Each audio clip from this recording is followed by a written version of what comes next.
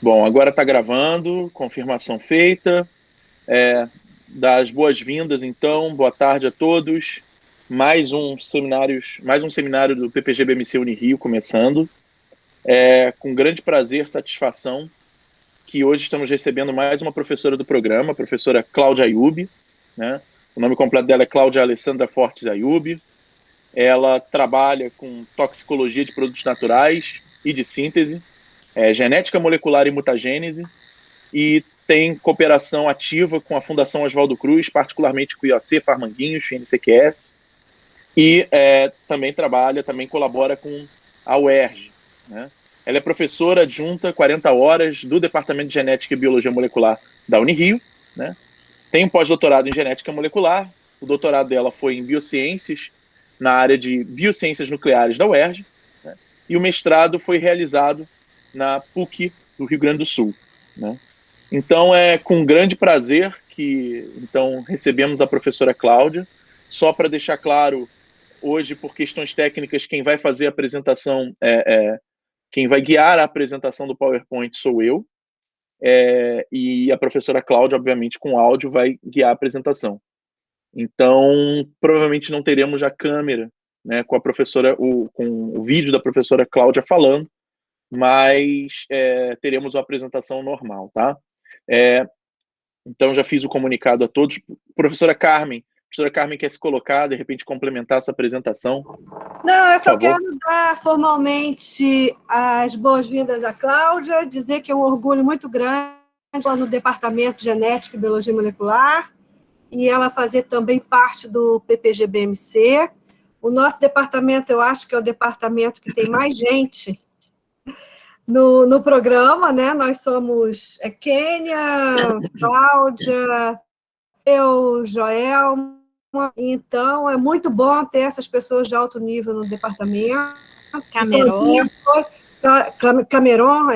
E Claudinha foi, assim, um presente que a gente ganhou, né, Claudinha? Num momento até de tristeza, mas foi uma aquisição muito importante que veio só acrescentar o departamento e está candidata à diretora do IB na próxima. Então, uma pessoa extremamente competente, uma pessoa cheia de garra, uma pessoa inovadora, e aí eu já estou fazendo a campanha eleitoral dela. É isso. Obrigada, Carminha. Obrigada pelas palavras, obrigada, Pablo, mas ainda é pré-candidata, né? A gente ainda não deu start nas coisas. Legal. Boa sorte. Valeu. É importante para ter uma voz no programa, né? Dentro do Instituto. Bom, gente, então, como eu afirmei, quem vai fazer a apresentação, guiar a apresentação sou eu, então estou compartilhando aqui a tela. Vou desligar a minha câmera nesse momento, vocês vão ver a minha tela. Tá? Eu vou baixar aqui. Eu só vou fechar o meu WhatsApp para não ficar pipocando alguma mensagem que apareça aqui. E eu espero que vocês estejam vendo a apresentação. Agora eu vou botar em tela inteira. Tudo certo com a apresentação, Cláudia? Tá ótimo, isso aí. Tá, eu vou fechar o meu áudio. Você dá 2 segundinhos que eu volto para a apresentação. A palavra é sua, Cláudia. Valeu. Então, pessoal, boa tarde a todos. Quero agradecer o convite aí da comissão, também feito pelos alunos, Carmen e Pablo, né, que estão envolvidos aí com os seminários. E tentei, assim, mudar um pouco, né, da apresentação, porque tem muitos de vocês ainda não tiveram aula comigo, então resolvi fazer uma questão, assim, um pouco mais básica e explicar para vocês onde começaram, na verdade, os trabalhos, que foram trabalhos de relevância dentro do nosso grupo, dentro da área de toxicologia. Então, por conta disso, nós escolhemos o título Onde a Toxicologia Começa, tá? Então, pode passar o próximo, Pablo, por favor. Na verdade, a toxicologia começa desde os primórdios, né? Nossos antepassados, que precisavam conhecer qual tipo de alimento eles podiam consumir, como é que eles poderiam consumir esse alimento sem dar algum problema estomacal, intestinal, alérgico, e qualquer tipo que fosse para eles considerado como uma doença, né? Então, inicialmente, o homem, ele era vegano, né? E com o passar do tempo, então, ele foi se tornando carnívoro. Então, dentro desse espaço temporal, aí ele precisou conhecer, desde a época de um fruto maduro, reconhecer esse fruto como maduro, perceber quais são as partes dos vegetais que ele poderia consumir.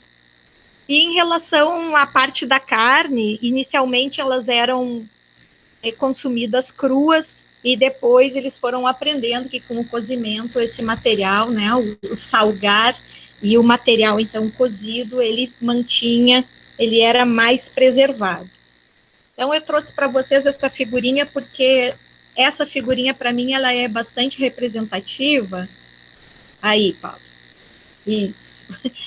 Porque a gente está vendo como se fosse um churrasco, né? E a questão do churrasco, ela, para toxicologia, é importante, porque com a queima do carvão, a interação desta queima com a proteína, né, ela forma aquilo que nós conhecemos como nitrosaminas, e essas nitrosaminas são bastante tóxicas para nós. Então, eu enxergo muito essa imagem para nós como realmente o início uma parte importante do nosso problema a ser resolvido. Pode passar a próxima. Então, depois dessa parte, né, eu já vou pular lá para a Idade Média. Então, o homem foi conhecendo, foi se aprimorando, foi desenvolvendo novos alimentos.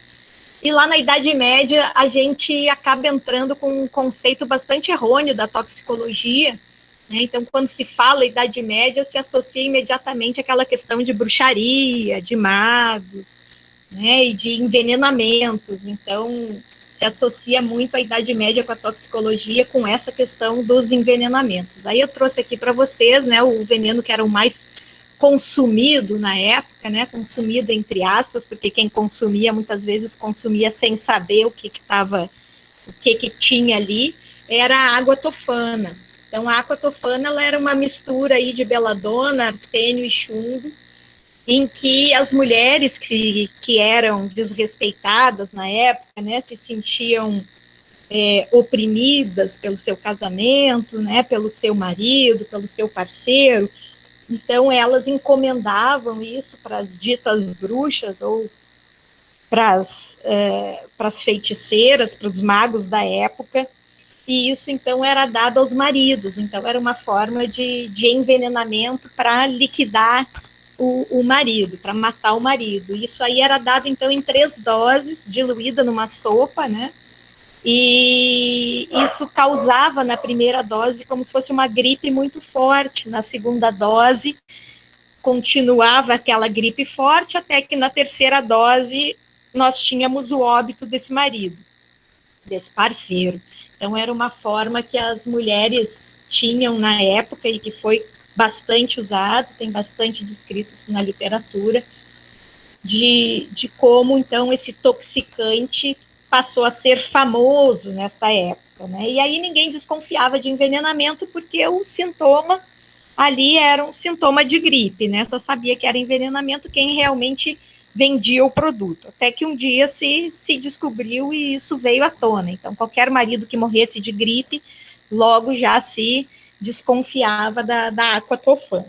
Então, essa é também a aquatofana ficou uma marca forte aí na época, enquanto a gente vem trabalhando essa temática histórica aí da toxicologia, né? Pode passar o próximo. Também na Idade Média a gente tinha muito aquela relação, né, do alimento envenenado pelos reis, pelas rainhas, então se dava sempre o alimento para alguém testar antes, para que a pessoa não morresse. Mais ou menos por esse mesmo período, então, a gente tem o surgimento de um nome marcante para nós, que é o nome de Paracelsus, considerado o pai da toxicologia, né? Ele tem a frase célebre dele, que todas as substâncias são venenos, não existe nada que não seja veneno. Somente a dose correta é que diferencia o veneno do remédio. Então, entra aí a questão da toxicologia, de saber usar dito agora por fármaco, né, para tratamento de certas doenças dentro da dose correta, dentro da concentração correta. E assim, qualquer coisa a mais, então, passava a ser considerada como um toxicante, né? Então, diz que até a água pode ser um toxicante caso você tenha uma ingesta além do que o seu corpo consegue administrar.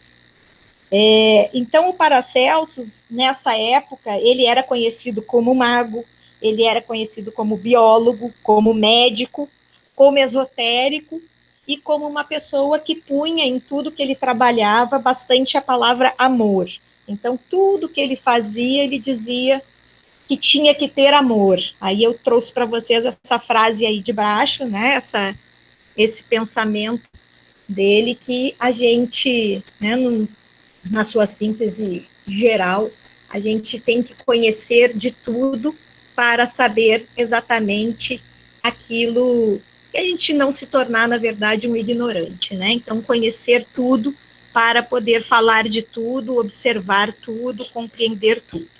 Pode passar o próximo. Então, Paracelsus tem essa marca importante na toxicologia, que é a questão da dose. A dose é realmente o que manda. Passando essa fase toda, nós temos a época das guerras, em que muitos toxicantes foram usados, né, seja para manter soldados em alerta, como o uso de cocaína, como o uso de anfetaminas, né, e temos também o grande advento de Fleming, né, que desenvolveu a penicilina, e a partir daí, então, se assegurou, né, fármacos com mais conhecimento e tratamento para a época que vinha para frente. Então, o desenvolvimento de novas drogas se deu muito nesse período, e foi aí, então, que a toxicologia começou a ganhar um impulso, né? Desde a confecção de fármacos e drogas, que hoje nós conhecemos como drogas de abuso, mas, na verdade, eram tratadas como fármacos, até a parte de reações adversas, né? Porque alguns compostos que eram utilizados como fármacos começavam a apresentar efeitos adversos, como anemias aplásticas, a granulocitose. Então, isso começou também a ser descrito pela literatura médica e, ao ser descrito, a ser correlacionado também com a questão aquela de dose e risco à saúde. Então, essa questão risco à saúde é algo que a toxicologia prevê dentro da segurança de uso de qualquer produto, né? Então, qualquer produto tem que ter um estudo da sua segurança. Pode passar o próximo, por favor, Pablo.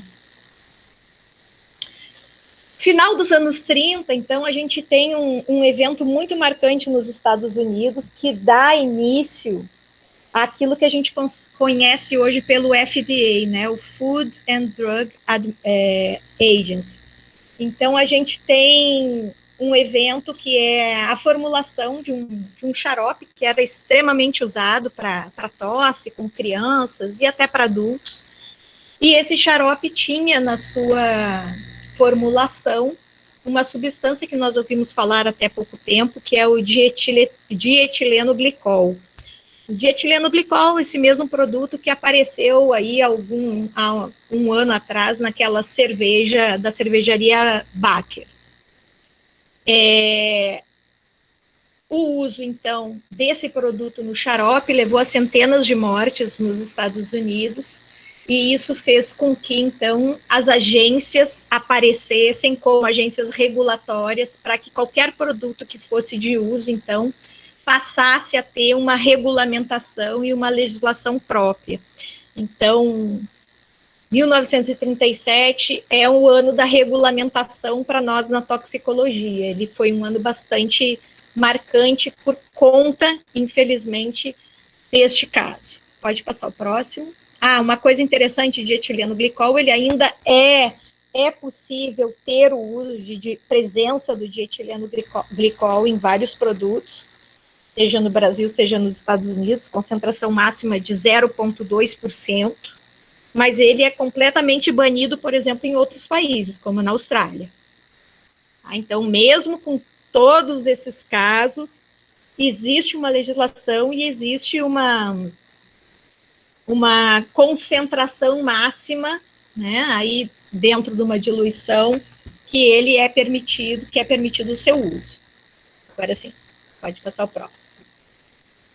Um outro evento dentro da toxicologia marcante é o evento da talidomida, né? Todos conhecem o que causa, o que levou à formação disso, mas a talidomida, então, quando foi colocada no mercado, né, através de um erro aí na organização, na sua fórmula, ela, na sua síntese, né, na verdade, ela foi comercializada com um enantiômero trocado, e aí isso levou a uma série de efeitos teratogênicos. Se conhece o efeito da talidomida como sedativo, e aí, então, ainda hoje a talidomida é comercializada, e existem vários artigos, várias revistas que trazem, então, ainda ou promovem o seu uso, né, principalmente hoje como um fármaco usado para hanseníase, e também para várias quimioterapias de câncer, como para câncer de bexiga, por exemplo. Então, eu trouxe para vocês essa questão aí, que embora a gente saiba de todos os efeitos, né, a mudança na sua estrutura, a mudança na sua comercialização, relação de dose, relação de efeitos para mulheres não gestantes, então, todo risco tem sido observado, e seu uso hoje, então, é um uso controlado. Pode passar o próximo, por favor. Bom, conforme o tempo vai passando, então, novos químicos vão sendo produzidos, e aí eu trouxe para vocês esse slide, né, que essa catalogação de produtos químicos começou lá na década de 50, em que nós tínhamos 1,2 milhões de entidades químicas catalogadas, em 76 já eram 4,3 milhões, então, essa catalogação, ela vem junto com a formação dessas agências regulatórias, para que a gente tivesse como se fosse um database de todos os produtos químicos que nós poderíamos estar em contato, ou que as agências de cosmético, de alimentos e tal, poderiam usar esses produtos químicos, né? Hoje a gente está na casa aí de 10 na 9, né, na casa já de bilhões de químicos diferentes. E esses produtos, esses databases, então, já tem toda a descrição de qual é o produto, todos os trabalhos de toxicologia que entram com qualquer um desses produtos, então, eles passam a ser descritos e trazidos, então, esses trabalhos para esse site, né? Que é o site, peraí que eu anotei aqui, MolSoft, tá? Pois quem tiver interesse pode ampliar o slide aí, quem quiser os slides eu posso passar mais tarde. Pode passar o próximo, Pablo, por favor. E aí, então, o que a toxicologia moderna tem hoje, né? A toxicologia moderna, ela divide as áreas da toxicologia em 7 áreas, que são a toxicologia ambiental, a toxicologia forense, toxicologia ocupacional, toxicologia clínica, analítica, regulatória e a toxicologia social. Então, eu vou trazer para vocês aqui um pouquinho de cada coisa que a gente fez no laboratório, dentro dessa área, respondendo a pergunta, né, como é que começou, então, a toxicologia, onde começa? Então, nós temos aqui um primeiro exemplo da toxicologia ambiental. O que é a toxicologia ambiental? Ela vai estudar os efeitos deletérios da interação entre o toxicante e o meio ambiente. Seja esse toxicante de natureza química ou física, tá? Pode ser também biológica, porque a gente tem a produção, às vezes, de bactérias que são tóxicas, que estão, às vezes, num leito de rio, num açude, enfim. Então, a toxicologia ambiental ela vai estudar esse efeito nocivo causado por qualquer substância química presente no meio ambiente, seja em alimentos, em solo, em água ou em ar. Pode passar o próximo, Pablo, por favor. Então, onde começou, né? eu gostava muito de ir para Paraty. E perto de Paraty, lá em Paraty, eu pegava um barco e eu ia até um lugar chamado Pouso de Cajaídas. E uma vez eu peguei o barco um pouco antes de Paraty, nessa região aí do Saco do Mamanguá.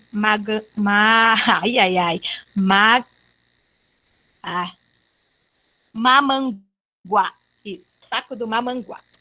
E aí, é um lugar paradisíaco, todo mundo dizia que aquele era um local intocável, que não tinha nada de poluente, tarará, isso aqui era 2010, mais ou menos isso aí, 2010. Esse trabalho já é de 2002. E aí, então, onde a toxicologia começa? Em cima de uma pergunta, né? Estou passando pelo local, estou achando aquele local interessante. E a mente do pesquisador é assim, ele está, mesmo em férias, ele consegue estar viajando naquilo que ele estuda. E aí surgiu, né, uma aluna, no caso é a Ana Velho, não sei se ela está aqui conosco, acho que ela não conseguiu participar. E a Ana Velho precisava de um projeto, e a UERJ, na época eu estava na UERJ, a UERJ é muito ligada nessa questão ambiental, né? Tem inclusive a pós-graduação em cima só de toxicologia, essa parte ambiental. E aí a Ana topou o desafio, né? E disse, Ana, vamos fazer uma análise aí no Saco do Mamanguá e vamos ver se lá realmente ainda é o local dito intocável na Costa Verde do estado do Rio de Janeiro. E a Ana topou, né? A Ana Velho topou, é a primeira autora aí do trabalho, nossa ex-aluna de mestrado. E a gente, então, avaliou alguns pontos, não sei se dá para ver no slide, na figurinha do meio, vocês têm aí chamado M1, M2, M3, M4, M5, alguns pontos dentro do Saco do Mamanguá, mais internalizados, né, em relação ao mar, e esses pontos são cortados por 2 rios principais. Então, a gente resolveu analisar ali, pode passar o próximo, Pablo, por favor? A gente resolveu analisar ali, além das condições físico-químicas do ambiente, porque isso é necessário para os testes de toxicologia, a presença de substâncias mutagênicas, a presença de substâncias genotóxicas e a presença de algo que induzisse essa resposta tanto mutagênica como genotóxica. Vamos imaginar aqui para nós que uma resposta mutagênica seja uma resposta que afeta as bases nitrogenadas do DNA. E uma resposta genotóxica é uma resposta que afeta a estrutura do DNA, tipo quebra da fita dupla, ok? Então, a gente avaliou a presença dessas substâncias e se isso estava acontecendo em alguns modelos animais que nós usamos para esse experimento. Tá? Então, nós trabalhamos com a coleta de água, com a coleta, na verdade, de sedimento, naqueles 5 pontos, e trabalhamos também com a coleta de um caranguejo, que é típico daquela região. Trazíamos o caranguejo para o laboratório, mantínhamos esse caranguejo 24 horas no ambiente, no laboratório, e depois a gente colhia a hemolinfa desse caranguejo. Ao mesmo tempo, as amostras eram levadas para a parte da química, que fazia toda o estudo em cima da presença de metais e de hidrocarbonetos policíclicos aromáticos. Pode passar. Não, deixa aí. Não, volta. E aí a gente conseguiu ver, então, como mostra nessa figurinha 2, a presença que durante o verão nós tínhamos muito mais um efeito genotóxico, e esse efeito genotóxico era principalmente induzido por poluentes como cádmio e benzopireno. E aí a gente começou a relacionar que no verão as pessoas vão muito mais para lá, o fluxo de barcos é maior, isso tudo vai liberando para dentro do mar, e isso vai sendo carregado para dentro do saco, e ao mesmo tempo é trazido pelos rios naquela região. Então a gente conseguiu mostrar essa correlação. Então percebam que de uma pergunta simples, né? Pô, gosto muito do Saco do Mamanguá, vamos ver se ainda é seguro, e aí então a gente consegue correlacionar isso. Então nós temos um ambiente relativamente mantido, preservado. Só um pouquinho. E aí a gente percebe, então, que apenas nós temos uma alteração do meio ambiente durante o verão. Pode passar o próximo, por favor. Em relação à toxicologia ocupacional, também tem uma história por trás, né? Então, eu estava grávida da Ana Catarina. Ana Catarina hoje está com 12 anos, então isso foi antes de 2008. E eu voltava da UERJ, morava em Copacabana, sempre de carona com o Israel, que era o meu chefe lá. E nós voltávamos sempre pelo túnel, e aquele horáriozinho triste de 5h30, 6 horas, o túnel sempre engarrafado. E aí começou, então, uma nova pergunta da professora Cláudia, né? Pô, será eu grávida aqui, nesse ambiente, carro às vezes sem ar-condicionado, a gente de janela aberta, respirando aquela poluição terrível de dentro ali do túnel. Aí já comecei a me preocupar com a Ana Catarina dentro da minha barriga. E aí surgiu esse novo trabalho. Qual era o trabalho? Vamos avaliar que tipo de poluentes nós temos dentro do Rebouças. Só que aí não ficou só no Rebouças. Ficou em 3 ambientes diferentes, e que nós, então, decidimos analisar tanto na Avenida Brasil, quanto bem na altura onde tem um CIEP, passando a Fiocruz, né, indo em direção à zona oeste, dentro do túnel Rebouças e em cima da UERJ. Então, a gente comprou 3 equipamentos coletores de ar, conseguimos uma verba do edital da FAPERJ, e compramos 3 equipamentos que coletavam o ar. Botamos um em cada ponto. Pode passar o próximo. E aí nós avaliávamos a qualidade do ar, levando em consideração a questão da toxicidade ocupacional. Por quê? Porque a pergunta que eu fiz sobre os poluentes dentro do túnel, se estariam afetando a mim e a minha filha, que estava ainda, eu estava grávida dela, poderiam muitas vezes afetar os trabalhadores que atuam dentro do túnel, né? Vocês imaginem uma moto que bate, causa um óbito. A pessoa que trabalha no túnel, ela fica mais de 3, 4 horas parada até que o caveirão chegue para recolher o corpo.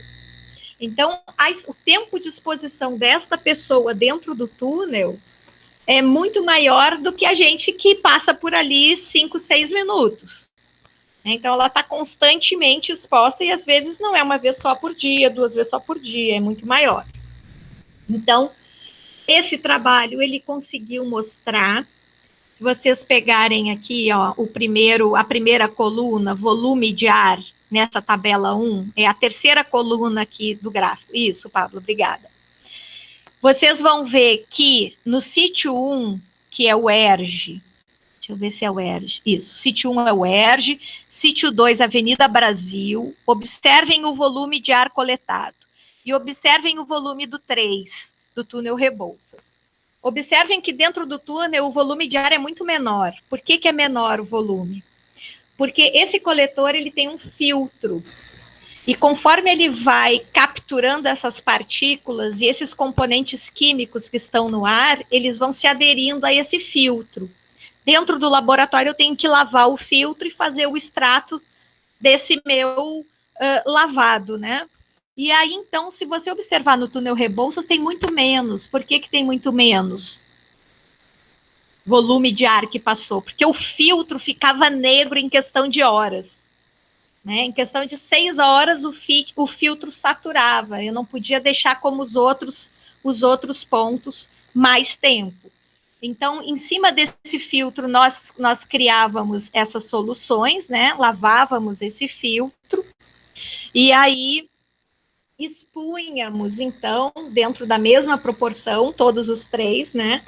Dentro da mesma proporção, levávamos para a parte da química, para a química fazer análise de quais componentes nós tínhamos lá, e aí vocês podem analisar em termos de produtos químicos que a gente acaba respirando dentro desse ambiente, seja Avenida Brasil, seja Rebouças, e seja ali aquele centro ali da UERJ, naquela ponta da UERJ, nós temos lá fenantreno, fluorantreno, pireno, benzontraceno, criseno, benzopireno, né? Em diferentes proporções, praticamente em todos os sítios nós temos todas essas substâncias que são conhecidamente mutagênicas, genotóxicas e cancerígenas.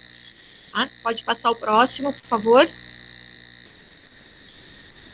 Um teste que a gente fez em relação ao lavado desse filtro mostrou para nós também que o extrato possuía, então, uma capacidade de gerar mutação nas células, que é o que a gente mede, então, com um teste chamado teste de Ames.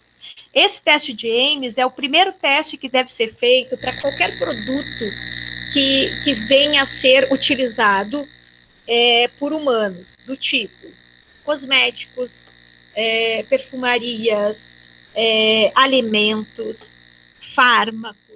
Então, qualquer coisa que você esteja estudando que vá ser utilizada por humanos ou que tenha um potencial uso, ele tem que passar por um teste de mutagenicidade, que é o chamado teste de Ames, tá? É o teste preliminar que a gente chama.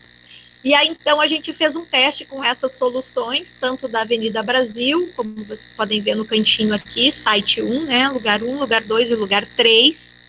E esse teste, quando o índice ele dobra em relação ao controle, depois mais para frente, mais uns slides vocês vão compreender melhor, vocês têm uma resposta então positiva, que quer dizer o quê? Que dentro desses extratos você tem substâncias, se você puxar aí do YG 1021 o período de setembro, conseguiu achar aí, Pablo? YG 1021 lá em cima, na primeira linha, isso, 1021 aí, desce até mais embaixo o valor de 63. Isso.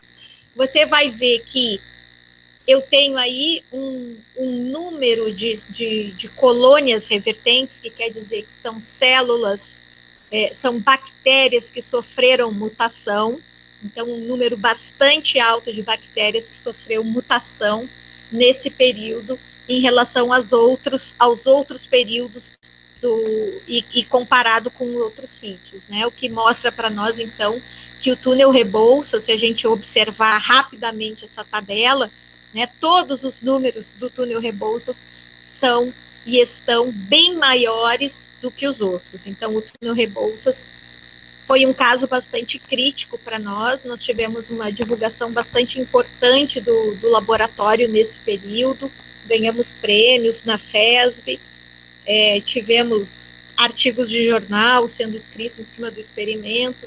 Então, foi um trabalho bastante importante sobre toxicologia ocupacional. Por quê? Porque ao final do trabalho, nós levantávamos a hipótese da questão da toxicologia ocupacional, né? E essas pessoas que trabalham dentro do túnel, e essas pessoas que estão expostas, motoristas de ônibus, que passam direto pelo túnel, né? Naquela época estavam começando aquelas linhas de ônibus que atravessavam para a Zona Sul, da Zona Sul para a Zona Norte. Então, foi um trabalho bastante importante do nosso grupo e que começou, né? Então, voltando ao nosso título da palestra, né? Como começou toxicologia, por onde começa? Começa sempre de uma pergunta que às vezes pode ser maluca, mas que deu esse fruto, levou ao doutorado, começou com o mestrado de uma aluna, culminou com o doutorado dela, e foi assim. Pode passar o próximo, Pablo, por favor.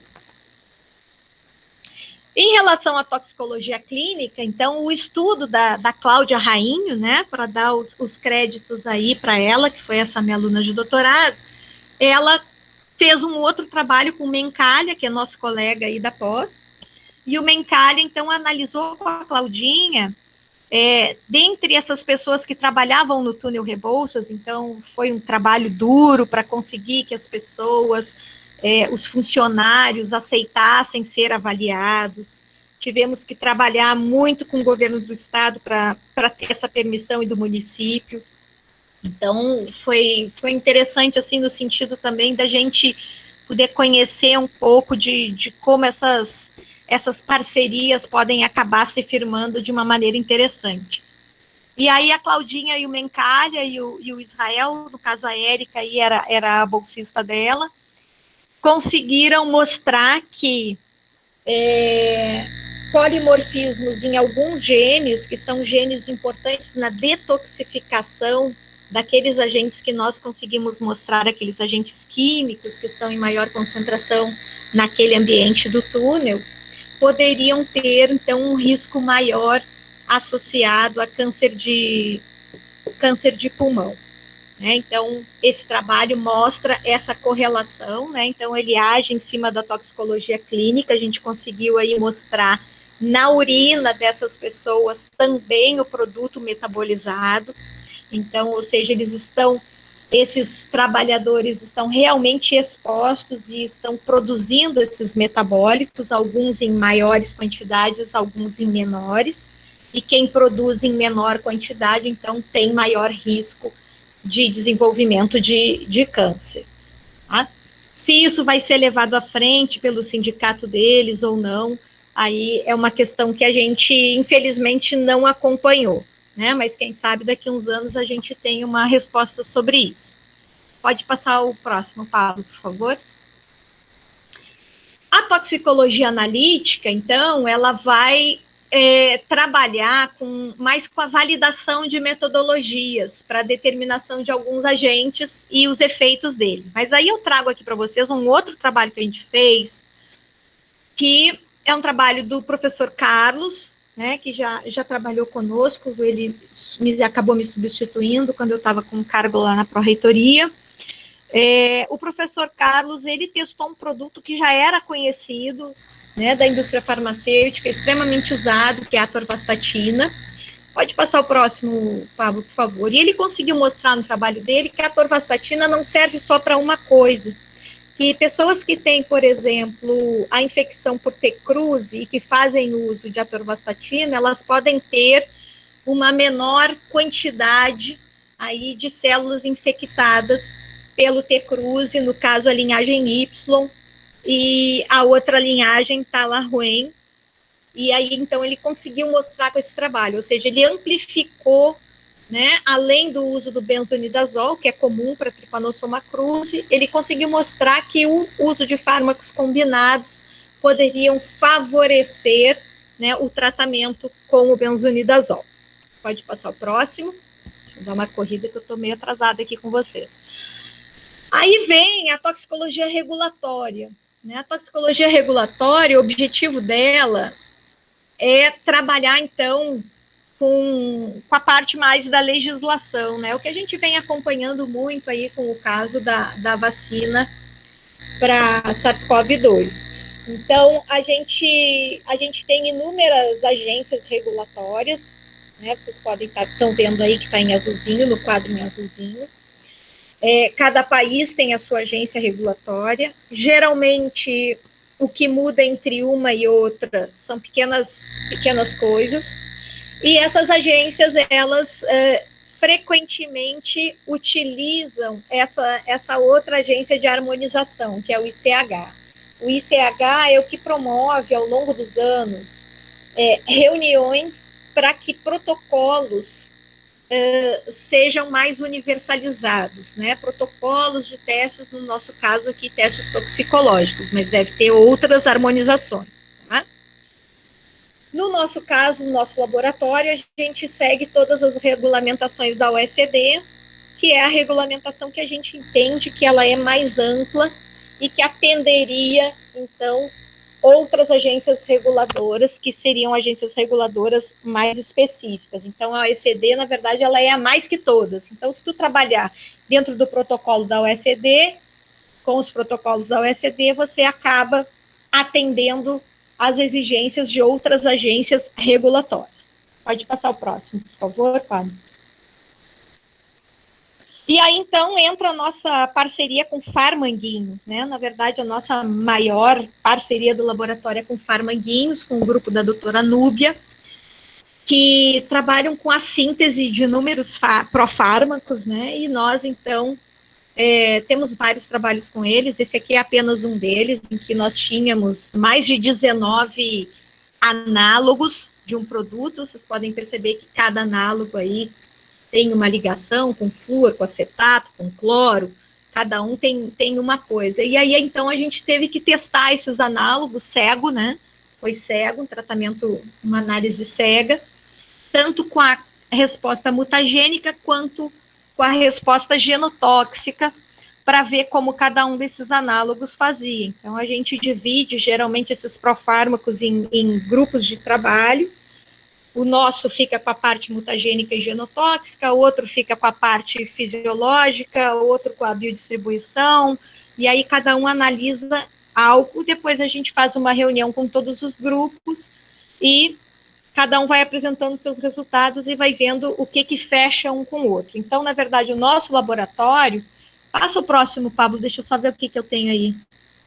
Isso. O nosso laboratório, ele avalia dentro desses profármacos qual é a dose de segurança de cada um deles. Ou seja, eu posso extrapolar esse produto de quanto a quanto. Eu vou testar ele de 0 a 2.500 micromolar, como vocês estão vendo aí. E vocês estão vendo que vão crescendo essas barrinhas. O que quer dizer essas barrinhas crescendo?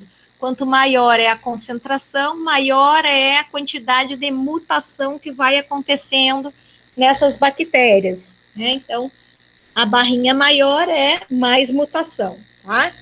Que é representada ali pela quantidade de colônias revertentes. E aí, então, eu vou com esse teste mostrando para eles que a dose de segurança para o uso gira em torno aí de 125, se eu pegar esse gráfico, em torno de 125 micromolar. E concentração acima disso, eu já tenho um efeito positivo ali na terceira barra, vocês estão vendo? Que ela está mais ou menos o dobro do grupo zero. Então, é assim que a gente vê. Quando dobra em relação ao controle, eu já tenho um dado positivo. E aí, esse teste, então, esse teste de Ames, como eu falei antes para vocês, ele avalia essa resposta de um produto isoladamente e a relação desse produto com essas 5 cepas que vocês estão vendo aí, são 5 gráficos. Se em uma cepa eu tiver um resultado positivo naquela concentração, significa dizer que esse produto, naquela condição, induz mutação. Então, eu tenho que trabalhar com doses abaixo disso, ou seja, doses de segurança. Então, é mais ou menos isso que a gente trabalha lá no laboratório, procurando doses de segurança neste teste, que é um teste preliminar. Pode passar o próximo, por favor. E aí, então, esse produto, depois de ter a sua dose de segurança, ele é passado, então, adiante, e assim surge o fármaco com qual é a concentração, né, ideal, a dose segura para que esse fármaco possa ser usado. Um outro trabalho que a gente fazia também, aí isso aqui já é mais a parte, assim, do que foi o meu doutorado, foi o estudo das nitrosaminas, né? Por isso que eu botei aquele slide lá para vocês, do homem primitivo fazendo seu churrasco, e que isso me chamava atenção. Então, a formação de nitrosaminas, como a gente falou, né? Ela vem de alimentos que possam fornecer nitratos ou nitritos, e em relação à amina, né, da proteína que a gente consome. E esses nitratos, nitritos vão reagir, vão formar as nitrosaminas, que são substâncias conhecidas como carcinogênicas, mutagênicas e genotóxicas. Para aí, hoje mutagênicas e genotóxicas, tá? Porque até 2006, até 2004, elas eram tidas só como carcinogênicas. Não tinha em si um estudo capaz de mostrar que elas eram, que tinham capacidade mutagênica, embora a gente saiba, né, com biologia molecular, que alterações mutagênicas, né, a troca de bases nitrogenadas, são, então, um dos primeiros passos para que a gente tenha, então, uma lesão pré-carcinogênica, né, alteração nessas bases nitrogenadas. Pode passar para o próximo. E isso a gente conseguiu, então, com o nosso trabalho, que mostrou que a nitrosamina, ela induz mutação, que ela induz vias de reparo, E aí foi muito interessante que eu estava aí nessa época do doutorado, era 2000 foi quando foi o negócio da... Não, foi antes das Torres Gêmeas, acho que foi 2004 isso aqui. E aí a gente estava lá, eu mostrando para o meu orientador os dados e tal, e o meu orientador dizia, não pode ser acionada essa via de reparo com essa tua droga, porque ou a célula atua sobre uma via ou atua sobre outra via. E até hoje, assim, muitos dos livros de biologia molecular trazem que o reparo de DNA é feito ou por esta via, ou por aquela outra. E o nosso trabalho mostrou, na verdade, que proteínas que atuam no reparo do DNA atuavam sobre as 3 vias. E aí eu mostrei isso para ele. Não, eu acho que é essa proteína que sinaliza com essa, e essas 2 vão agir para fazer o reparo do DNA. E aí meu orientador ficou louco. Não, é impossível, que bobagem isso que você está falando, que não sei o quê. Aí eu disse, não, acho que vou mandar para o congresso. E era um congresso importante assim, para nós, porque é um congresso que só dá de 4 em 4 anos, só vão 60 pessoas, vai para um hotel, fica fechado lá, só se debate reparo de DNA. E eu peguei e escrevi o trabalho, né? Inicialmente ele disse para não botar o nome dele. Aí mandei o trabalho, veio lá depois, um mês depois, né? Porque a gente ainda não estava nessa velocidade toda de internet que a gente tem. Um mês depois veio a resposta, trabalho aceito, trabalho premiado, ia ser apresentado na abertura do congresso. Aí eu fiquei gelada, né? Pronto, agora deu. Vou ter que fazer a apresentação em inglês, primeiro trabalho internacional. Nunca tinha viajado sozinha para o exterior, então foi aquilo. Aí apresentamos o trabalho, ganhamos o prêmio e tal. E meu orientador aí teve que engolir, né? É verdade, é verdade. E a primeira palestra, a palestra de abertura mesmo, que foi dada por um cabeção lá do congresso, né? Que é aqueles que a gente sempre usa nas nossas referências bibliográficas. Ele apresentou justamente isso, né? Esse era o tema do congresso, né? A intersecção de várias vias de reparo sob a ação de um toxicante. Então, para nós foi uma grata surpresa, e aí conseguimos publicar numa revista mais importante da nossa área, e foi assim. Então, serviu também para nós aí hoje, né? Para que a gente tome coragem e pense realmente nos dados, nos critérios que a gente usou para os nossos experimentos. Mas o trabalho da nitrosamina não parou aí, não parou só no reparo, né? Esse slide mostra para vocês que a própria nitrosamina, seja ela endógena, seja ela induzida, né, como o cigarro, né, o uso de nicotina, também leva à formação de nitrosamina, então a gente pode estar exposto e pode, ao mesmo tempo, produzir endogenamente essas nitrosaminas, tá? Depende muito aí da forma de vida de cada um. Né? Quem gosta de beber uísque tem muita nitrosamina. Quem gosta de cerveja, chopp escuro, também tem muita nitrosamina. Quanto mais escuro, né, quanto mais maltado, maior a quantidade de nitrosamina. Produtos, como é que a gente chama? Defumados tem muita nitrosamina, né? Queijos, carnes, peixes, tudo tem muita quantidade. Mas o trabalho aí, obrigada, Edira, beijo, valeu pela presença. Esse slide mostra para nós que a nitrosamina, além de fazer o dano que a gente sabe que faz, né, tanto na estrutura do DNA como nos pares de base, né, tanto dano mutagênico como genotóxico, ela induz uma série de citocromos. Pode passar o próximo, por favor, Pablo. Isso. Nós temos a indução aí de vários citocromos, né, 2B, 2B1, 2B2, a inibição do citocromo 2E1, passa mais um.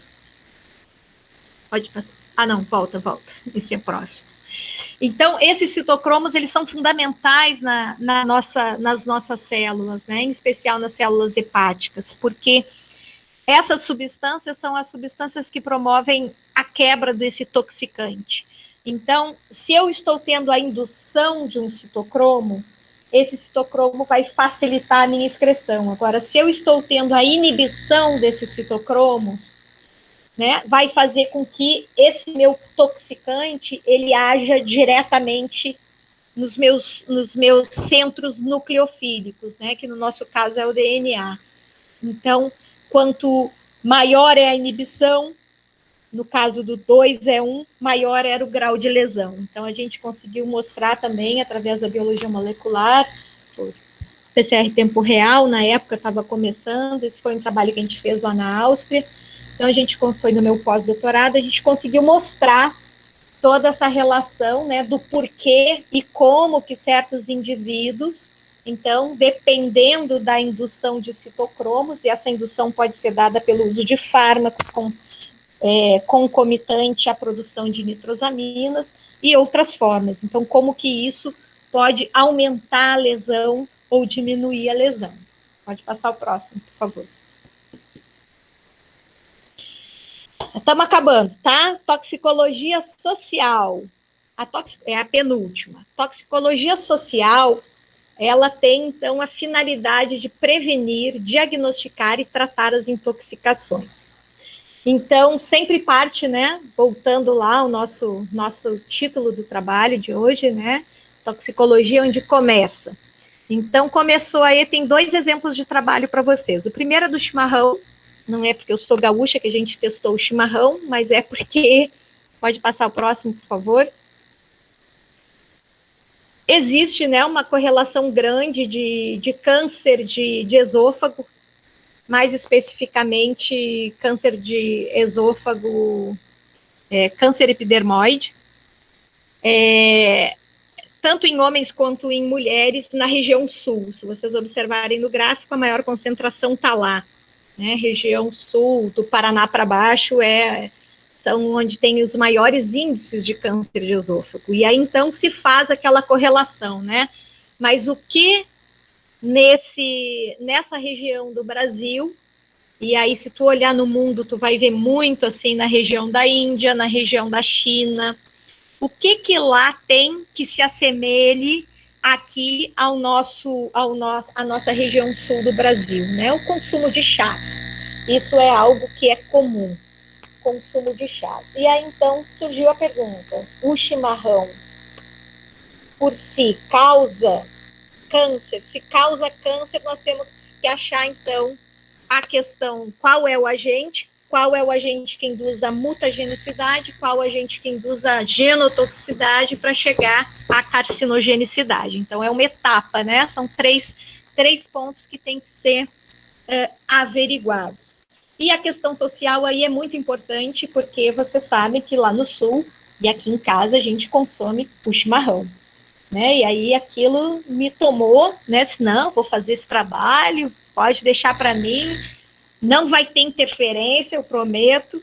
E aí foi o trabalho que eu fiz junto com a Andréa Kaeser, na época, que era a minha aluna de doutorado, e ela, então, fez uma varredura de diferentes tipos de chimarrão, né? O chimarrão, ele é feito com a erva Ilex paraguariensis, então a gente levantou a hipótese de ser da erva, a hipótese de ser um fungo da cuia, né, que a gente toma naquela cuia. Volta o slide aí um pouquinho, Pablo, por favor.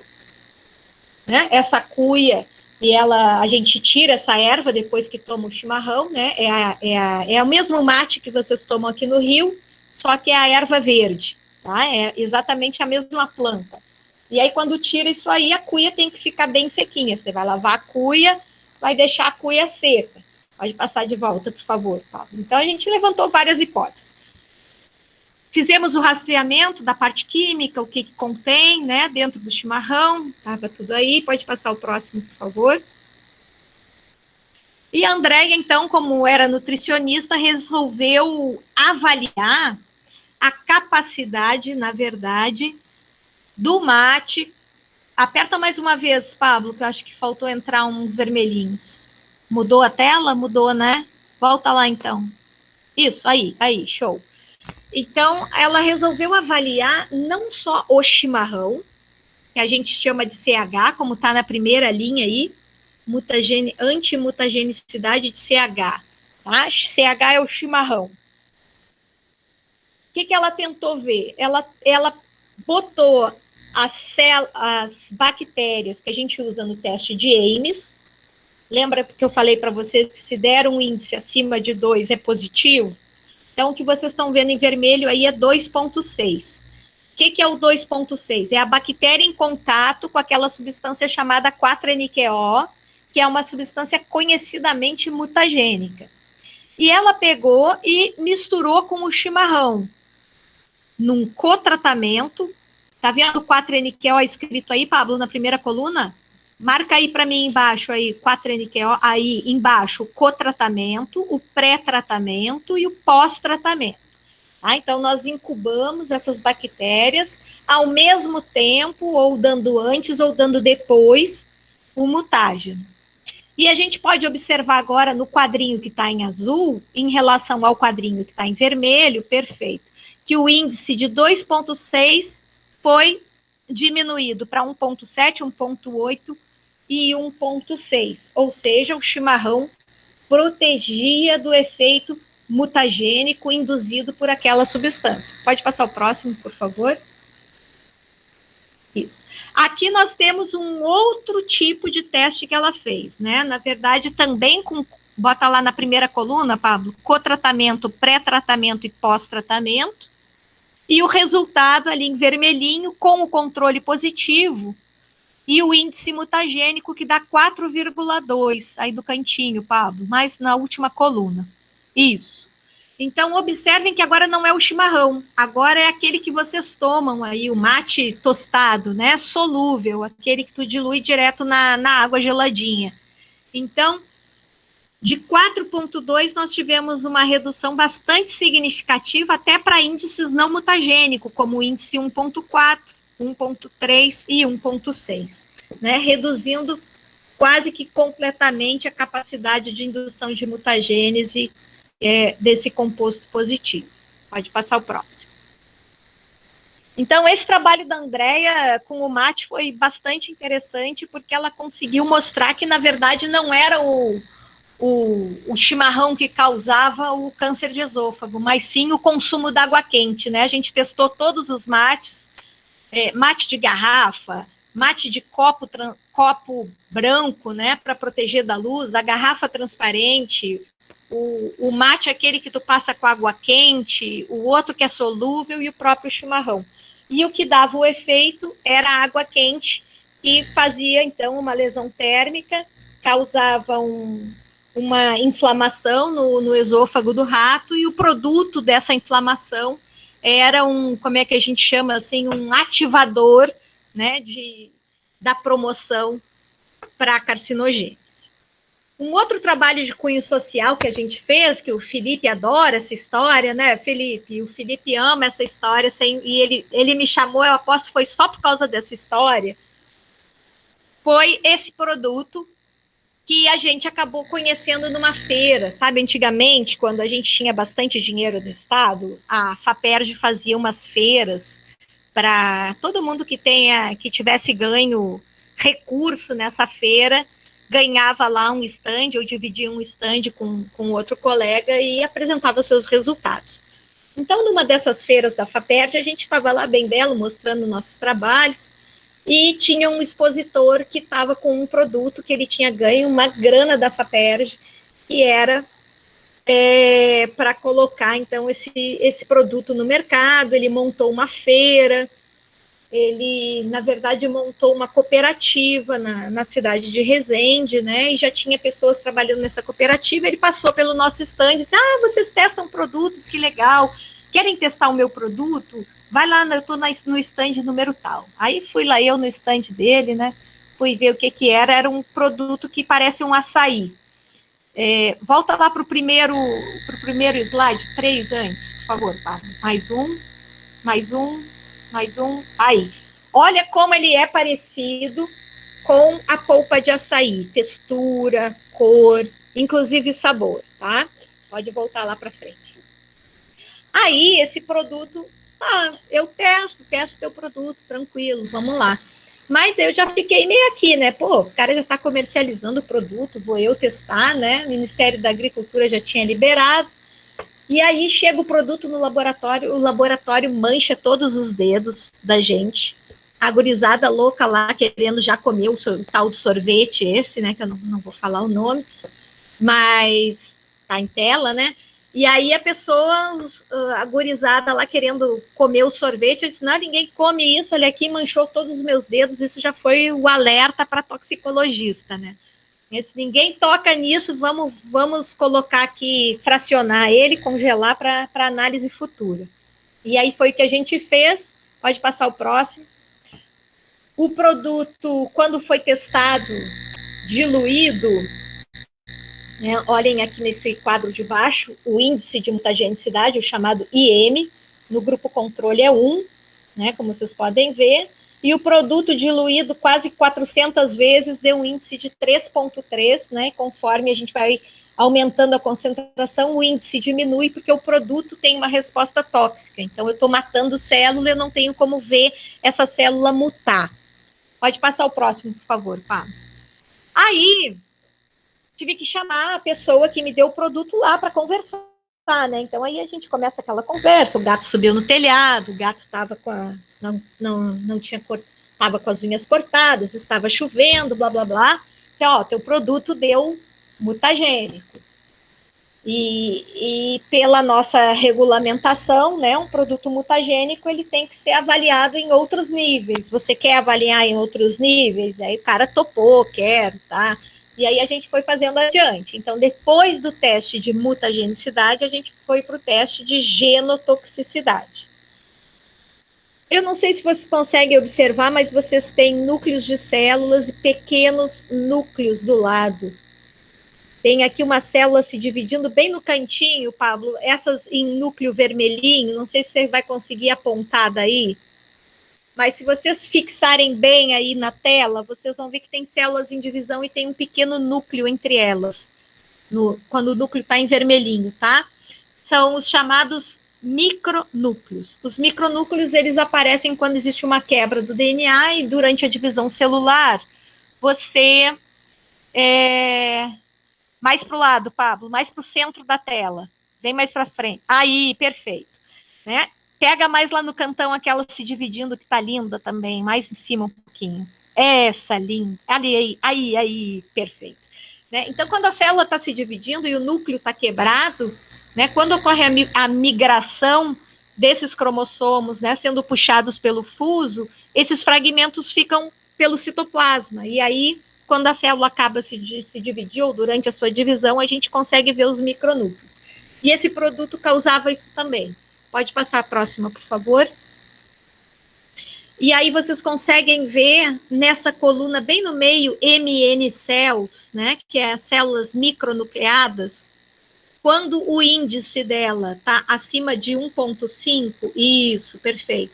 No grupo controle, tu tem 1, já nas primeiras concentrações tu já tem 2,3, então isso para nós já é então, um resultado positivo de genotoxicidade. Aí veio de novo aquela história, chama o cara aqui, vamos falar para ele, o produto é genotóxico, ele tem que tirar imediatamente do mercado, não pode comercializar o produto, e foi o que a gente fez, né? Mas ainda existia mais um teste, que é o teste finalístico, que é o teste in vivo.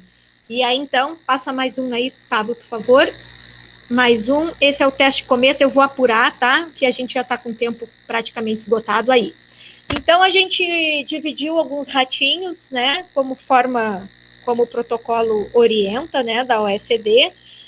E macho, fêmea, e demos, então, essa substância para esses ratinhos e analisamos a presença de micronúcleo em medula óssea, né, que é o protocolo oficial para ser feito quando é o teste in vivo. E aí vocês podem ver em azulzinho, né, que são as células que a gente avalia quanto à presença de micronúcleo, que conforme aumenta a concentração, a gente tem o aumento aí de células micronucleadas, e aí para nós esse foi o derradeiro resultado para ele, né, ó, não dá para comercializar o produto, você tem que retirar isso do mercado, e aí a gente encaminhou para a Anvisa uma notificação, né, de que corremos risco de ter, inclusive, no mercado que vende açaí, esse produto misturado. A única forma de saber se existe mistura desse produto ou não é através do teste de DNA do produto, né, fazer, então, essa análise.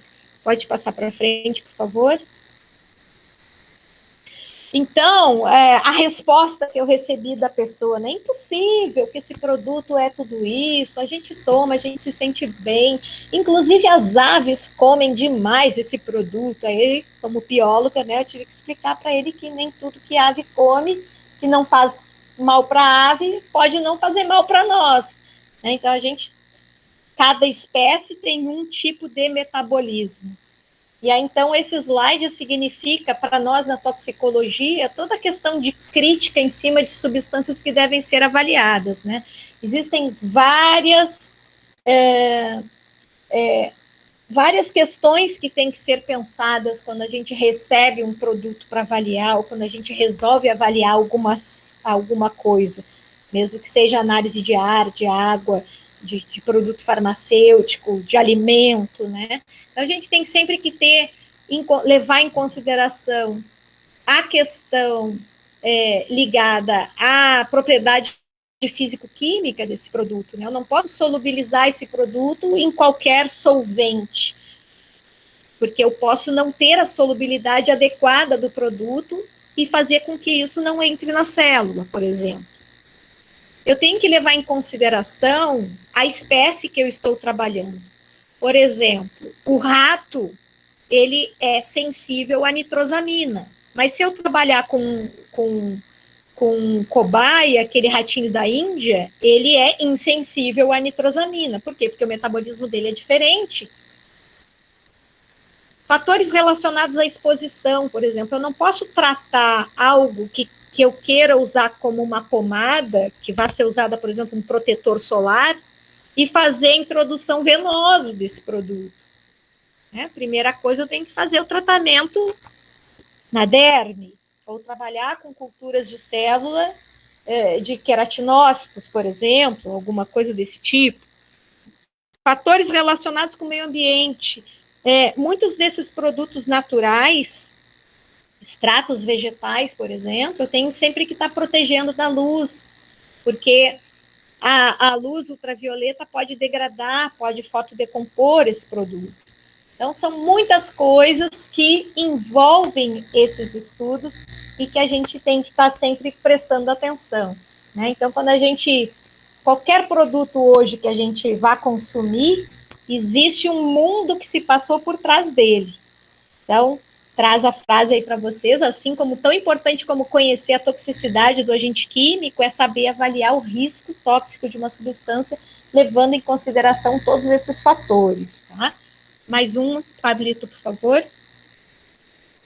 O último slide que eu trago para vocês é de tóxico forense, que a gente nunca fez no laboratório, mas que é extremamente importante e que traz aí nesse slide para nós uma ideia de como é legal a gente ter laboratórios na universidade que possam prestar serviços.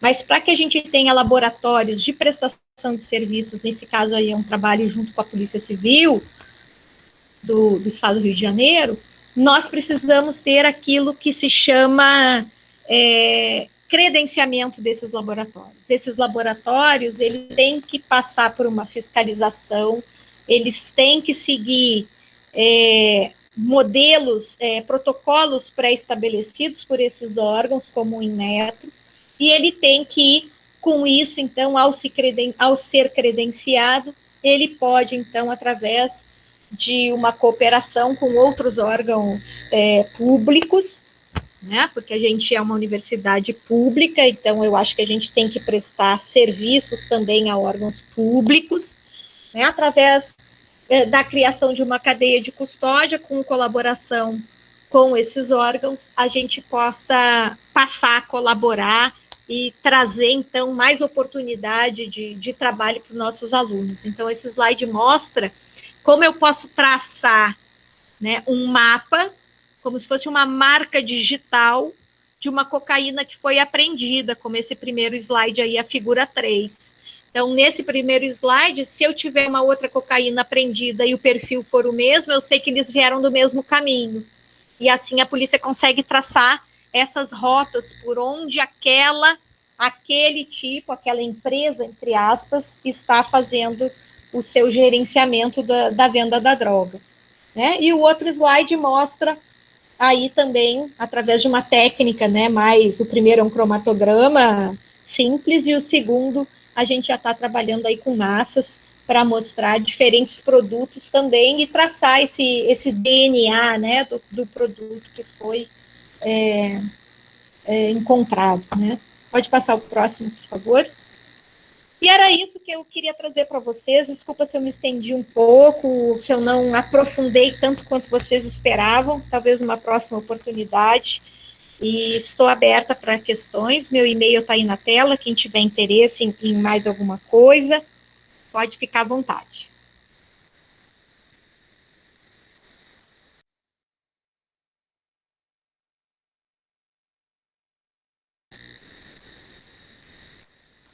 Aí, Pablo. Agora sim, eu ia ter um lagzinho entre eu finalizar a apresentação e voltar para cá. Então, vamos lá. Todos me ouvem? Perdão, estou te ouvindo. Desculpa. A gurizada está agradecendo, eu estou agradecendo a presença aí por me aguentar até essa hora. Não, foi ótimo. Eu peço só desculpas, porque como eu estava controlando a apresentação, eu tinha que fazer uma manobra aqui para parar a apresentação e voltar para cá para continuar a apresentação, né, o guia aqui das perguntas. Excelente trabalho, Cláudia, muito importante, muito bonito. Você apresentou a história de muita coisa que você fez e faz. Eu queria, em primeiro lugar, abrir para questões. E, antes de mais nada, muita gente elogiando sua apresentação, né?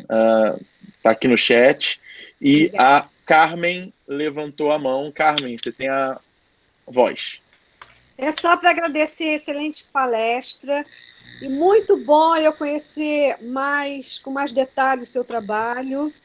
Eu sempre achei de assim, enorme importância essa linha.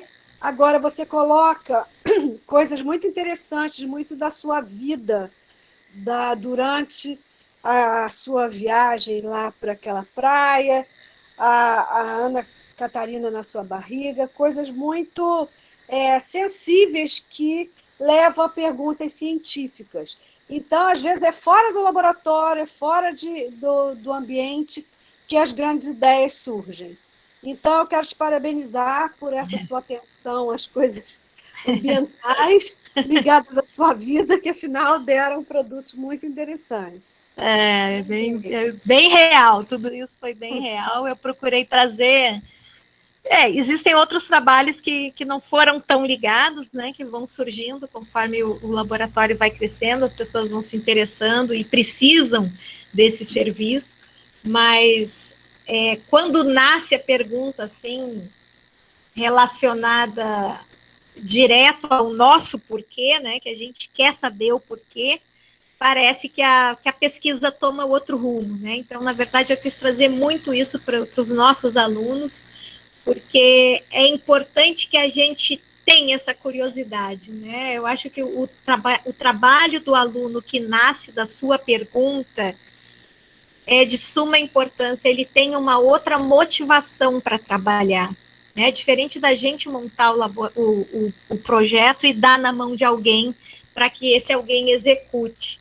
Então, o aspecto motivacional da questão científica, eu sempre primei muito por isso, né? Eu não gosto de trabalhar sem ter o sentimento do trabalho. Eu acho que é por isso que eu me identifico um pouco com o Paracelso. O Paracelso tinha todo esse amor às suas pesquisas, e é o que eu tenho também, eu sinto muito isso. Bacana, Cláudia, parabéns. Maravilha. Obrigada. Alunos, perguntas, mais elogios, agora o Bruno. O Bruno, a Roberta, o Felipe. Obrigada. Todos dizendo que foi excelente a palestra. Aguardo mais perguntas. Cláudia, a minha pergunta é mais genérica, porque você aborda muitas questões de impacto social, né, da vida real, né? Você tem conseguido apoio das instâncias governamentais? Afinal de contas, todo esse seu trabalho ele vai do eixo de segurança do trabalho a questão de segurança alimentar, por exemplo, né? Acho que seria legal você comentar um pouco, né, do nível de apoio que você tem ou teve, ou que deveria ter, né, a importância que deveria ser dado a esse tipo de trabalho. Sim. Olha, para os últimos anos, a gente não tem tido editais que entrem dentro da pequena verba, né? A gente tem, assim, editais para mega editais, e aí você tem grandes grupos, e aí geralmente Fiocruz entra quando é nessa questão de fármacos, por exemplo, e depois eles vamos abrir aspas, subcontratam, né? Então, pergunto o que eu preciso de material, eles me mandam de material, e a gente faz esses testes iniciais de toxicidade lá. Mas editais que já tem assim uns 5, 6 anos que a gente não tem mais esses editais ligados ao cuidado social, né, ao cuidado ocupacional. Esse ocupacional, então, praticamente nunca existiu. Né? A gente existe uma grande questão que eu acho que é evitar conflitos, né, faltou aí um trabalho bem legal também que a gente fez, eu até nem citei, que ilustrou bem até essa questão ocupacional que a gente fez. Na época eu era pesquisadora da Fiocruz, não estava ainda na Unirio. Foi um trabalho com uma substância chamada Temefos. E aí pela Fiocruz você não precisa diretamente desses editais, porque a própria Fiocruz ela demanda esses estudos, né, por ser um órgão direto ligado ao governo.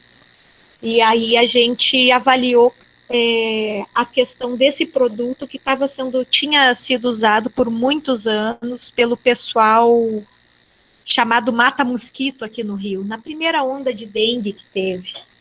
Então, esse pessoal colocava os pozinhos para matar o mosquito diretamente nas caixas d'água. Então, vinham caminhando pelos telhados nas comunidades e não queria saber exatamente quanto tinha de água dentro de cada caixa d'água, simplesmente largava aquela quantidade de pó lá dentro.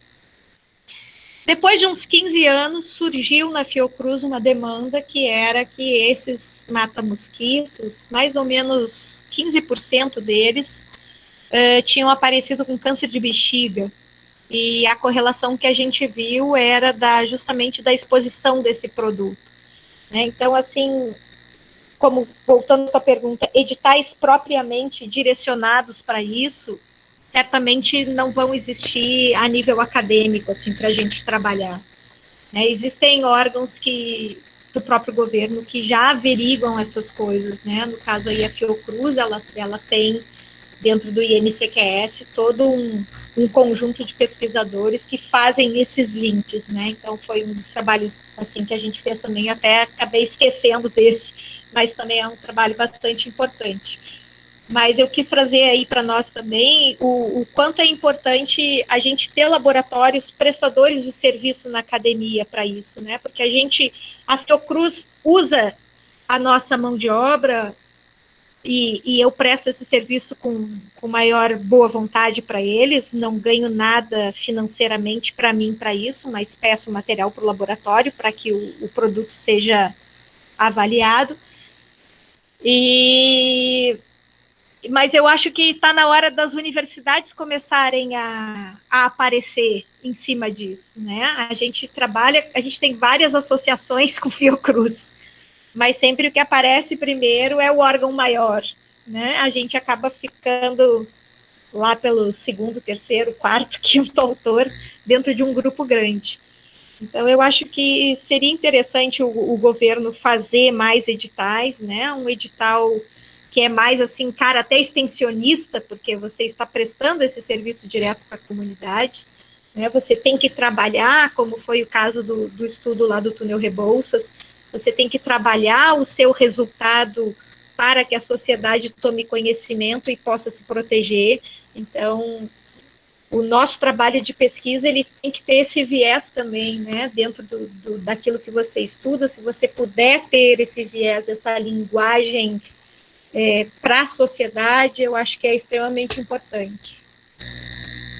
O que você coloca em relação às universidades é fundamental, visto que, no mínimo, a formação de recursos humanos, né, capazes, habilitados, especialistas nesse tipo de abordagem, vai vir das universidades. Obviamente, a Fiocruz pode fornecer um treinamento, um aperfeiçoamento, enfim, com as instâncias de pós-graduação, né? Mas nas universidades você tem, né, a formação dos recursos ali, enfim, recursos humanos, né? Nós temos... Cláudia, pode falar. Não, pode seguir, falei que... E nós temos, então, 2 pessoas inscritas. O Pedro Henrique, de Matos Dreger, ele está colocando assim, no chat, né? Em relação à pesquisa do chimarrão, há dados sobre os limites de temperatura da água, de acordo com a toxicidade, e sobre a própria tolerância à temperatura conforme o uso? E depois vem a Carmen. Perfeito, Pedro. Obrigada pela pergunta. Sim, a temperatura da água, lá no sul, como é que o pessoal costuma medir a temperatura da água? Botou água a ferver, a água chiou, quer dizer, deu aquela primeira chiada, tá na hora de desligar a água, e aí tu pode consumir, porque quando a água tá nesse estado, mais ou menos ela tá 75 graus, e aí você, em contato com a erva, essa água dá uma esfriada, mas conforme você vai usando o chimarrão, né, que quem não sabe, o chimarrão vai passando de mão em mão, como a gente diz lá no sul, e ao passar de mão em mão, aquela água que estava 75 graus está dentro da térmica, esquentou a erva a primeira vez, a segunda vez vai esquentar, ou seja, ela vai perdendo temperatura cada vez mais. O ideal que a gente testou é que essa água esteja a 60 graus. E aí, então, ela não tem tanto risco de lesão, de queimadura. Não sei se eu te respondi, Pedro. Mas ninguém vai estar medindo a água, né? Ninguém vai estar medindo a temperatura da água. Então, o ideal é que a gente desligue a água para o chimarrão um pouquinho antes dela chiar, tá? Quando ela começou a fazer aquelas bolinhas embaixo, tá na hora do chá. Excelente. O Pedro agradeceu, perfeito, obrigado. Então, respondeu. Carmen, mais uma vez.